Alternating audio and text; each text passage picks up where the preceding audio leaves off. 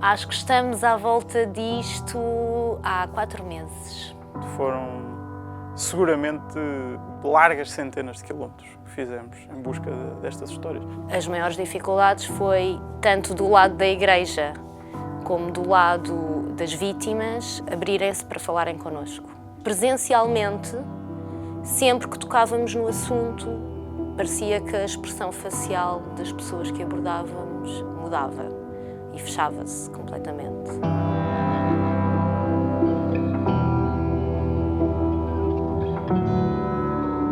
A Igreja chegou a um ponto de ruptura nesta questão, com um acumular de sucessivas histórias que foram sendo conhecidas. E demos por nós a fazer uma pergunta simples. Há na Alemanha, na Irlanda, nos Estados Unidos, no Chile, Portugal é uma pérola no meio deste cenário tão negro? Somos assim tão imunes a isto? Não há casos em Portugal?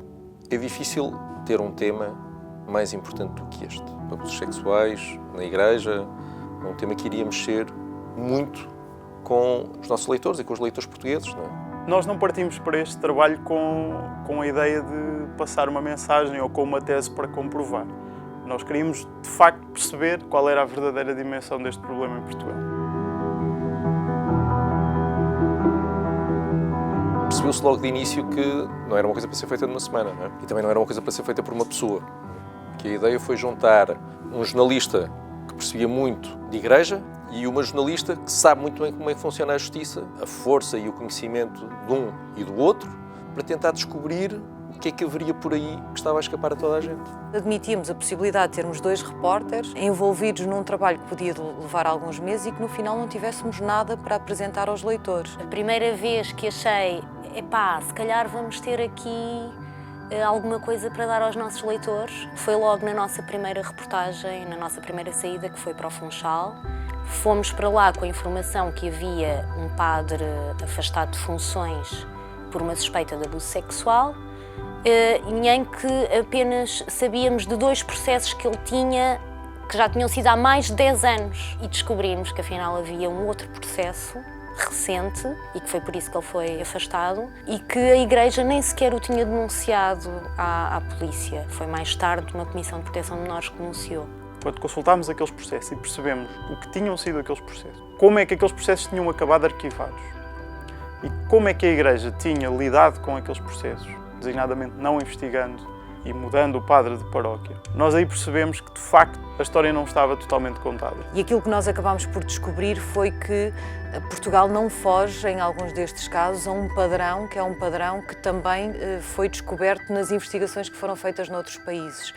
Com exceção de um dos casos que nós encontramos em que a queixa chega à polícia pela mão, precisamente, da Igreja, em todos os outros houve, de alguma forma, se não uma tentativa de encobrimento, houve seguramente alguma resistência em levar os casos às autoridades.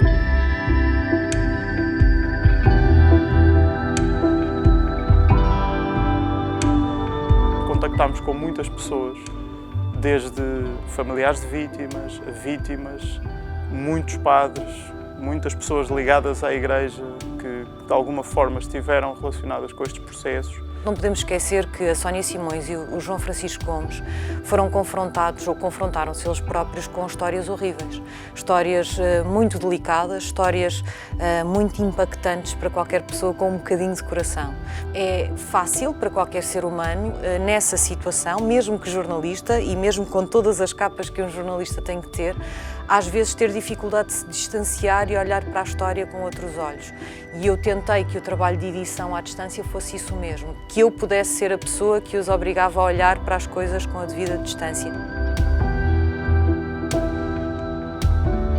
Quando nós chegámos aqui e chegámos à conclusão de que íamos escrever estes 5 textos, começámos a pensar como é que este texto depois ia ser apresentado aos leitores. E depois começámos a perceber que estas histórias, para serem contadas como deviam ser contadas, nós precisávamos de transportar o nosso leitor para aquele cenário. Há uma fase em que o trabalho deixa de ser a 4 mãos para passar a ser umas dezenas de mãos, direi. Desde cedo que colaborámos todos com o design, com a multimédia, para podermos construir aqui uma história que visualmente também fosse distinta das outras que nós publicamos diariamente. Nestes trabalhos usamos texto, vídeo, fotos, ilustração, cronologias, animação, mapas, mas estes elementos todos não servem para serem uma espécie de luzes de neon que estão ali a pescar, não é? Servem para contar uma história.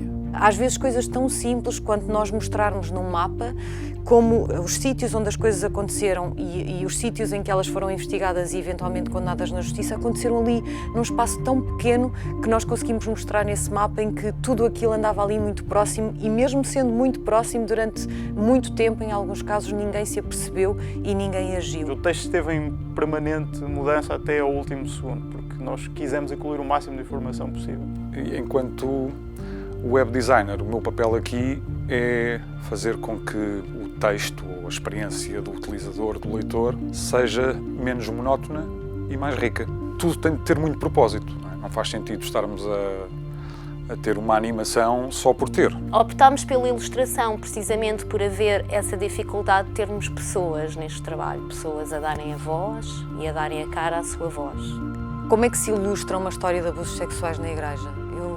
Eu tenho alguma dificuldade em responder esta pergunta. E o trabalho da Mariana foi extraordinário porque ela ouviu as histórias e eu acho que ela conseguiu passar exatamente os momentos importantes com o sentimento que eu acho que há dos dois lados, não só de domínio por parte de quem pratica aqueles crimes, como de enorme impotência e vulnerabilidade por parte daquelas crianças. Reparem que a internet continua a ser um sítio de leitura rápida. E é aí que entram estes elementos multimédia, porque ajudam a tornar o texto menos denso, ajudam a tornar o texto mais fácil de ler.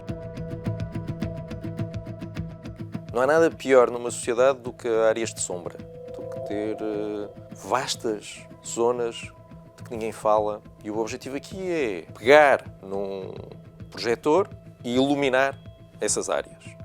E, portanto, nós fomos pegar nos maiores projetores que tínhamos.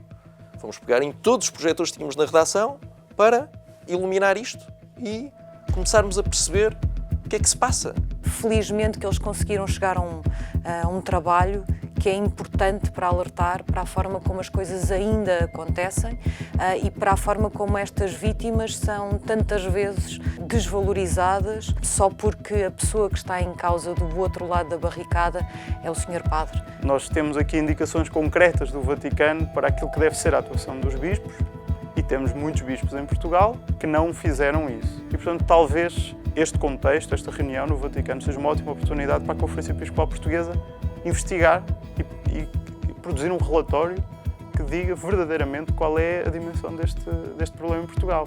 E que, de facto, as pessoas percebam que é importante denunciar estes casos porque é um crime. Em todos os países em que houve uma mudança de facto importante, essa mudança aconteceu porque as vítimas falaram e porque se tornou absolutamente impossível de ignorar. E eu espero que as pessoas que eventualmente sejam essas pessoas em Portugal, que aproveitem este momento para levantar a cabeça e dizer: eu sou uma dessas pessoas e eu também tenho uma história para contar. Na realidade, este trabalho não está terminado. O objetivo é continuarmos à procura de histórias para daqui a muitos meses conseguirmos ter uma ideia clara do que é que se passou aqui em Portugal.